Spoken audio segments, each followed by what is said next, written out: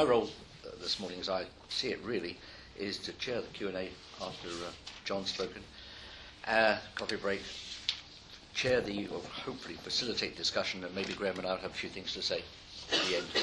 But I did want to kick off with a sort of health warning in a sense, and saw Bob Harrison away in here, and Bob has been around nearly as long as I have, and I think will agree with some of what I'm about to say.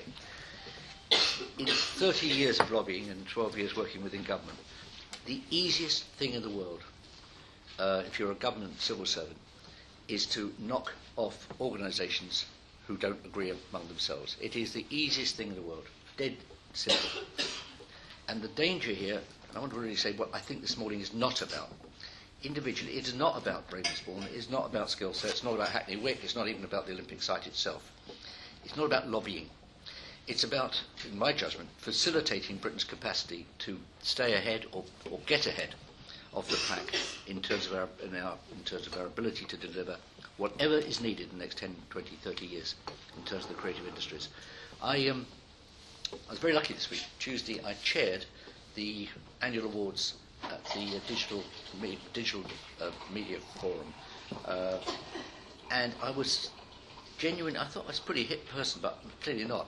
I was stunned by the quality of what I saw, by the originality of what I saw, and by the direction in which this is to do with marketing, the directions in which I think the marketing's going.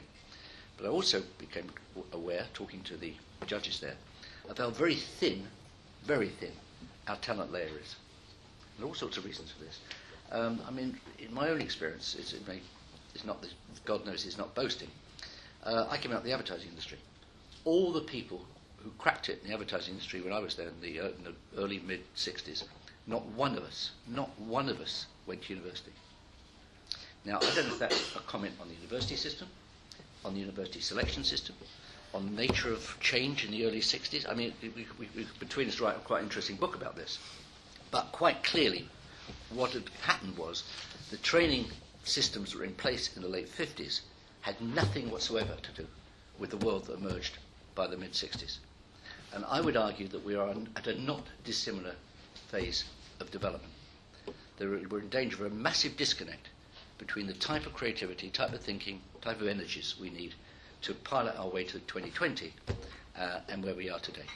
And these disconnects could be lethal unless we're able to address them and do something about them. So I think what we look at here is an enormous opportunity that's been afforded by investment in this area. We know we're doing it in a very, very difficult, relatively negative economic climate. And what I'm desperately keen doesn't happen is we become a whole group of ferrets in a sack fighting for our project, our company, our location, our this, our that, and completely missing the big picture. And that, as I say, if I can contribute one thing today, I will try and stomp on anyone who I think is actually trying to, as it were, work their corner, as opposed to working a creative future of this country.